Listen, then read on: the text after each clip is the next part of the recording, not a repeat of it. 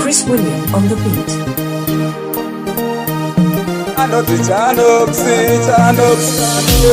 Baby, unesa unola, inifuti kanginesa dinola. Baby, iwe unesa unola, inifuti ndinesa dinola. Sakanga disangane pakati, ngatinga disangane pakati. Ndinesa dinola, iwe unesa unola. Sakanga disangane pakati. Kati baby, iwe unesa unola, inifuti ndinesa dinola. Iwe baby, iwe unesa unola, inifuti ndinesa dinola. Sakanga disangane pakati.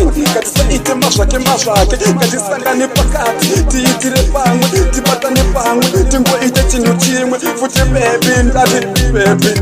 Unesa unola, ini ndine futi, ini zvandinoda. Saka ngatisangane pakati, tiitire pamwe. Tingo batane baby, iwe futi unesa unola, ini futi ndine kani zvandinoda. Saka ngatisangane pakati, tingo itire chinu wani pakati. Ngati baby iwe futi unesa unola.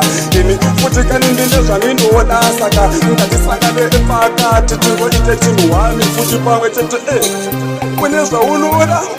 Ini futi kani ndine zvandinoda. Saka ngatisangane pakati, tingo ite chinu wani, tingo ite chinu wani. Nefuti unesa unofarira, ini ndezvonofarira. Saka ngatingobatane tisangane pakati.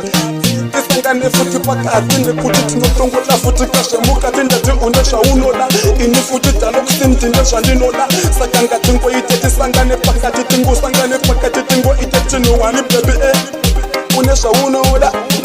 Ini futi ndine zvandinoda. Saka ngatingoone kuti tiite chinu wani, tingobatane pakati, tisangane pakati baby. Iwe futi unesa unoda, ini futi ndine kani zvandinoda. Saka ngatingosangane pakati, ngati ite chinu wani, tibatane pakati. Ngati baby iwe futi unesa unoda, ini ndanokuti futi ndine zvandinoda. Saka ngatingobatane pakati, tingosangane futi ipo pakati.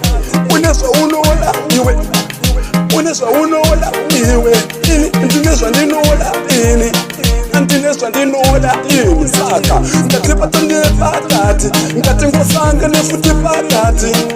Tingobatane pakati, tingosangane futi po pakati baby. Iwe futi unesa unoda, ini futi kani ndine zvandinoda. Saka ngatisangane pakati, ngatingobatane futi pakati baby. Iwe unika zvaunoda, ini futi ndine zvandinoda. Saka ngatisangane pakati, ngatingobatane futi pakati. Tingobatane pakati, tingosangane pakati. Tingobatane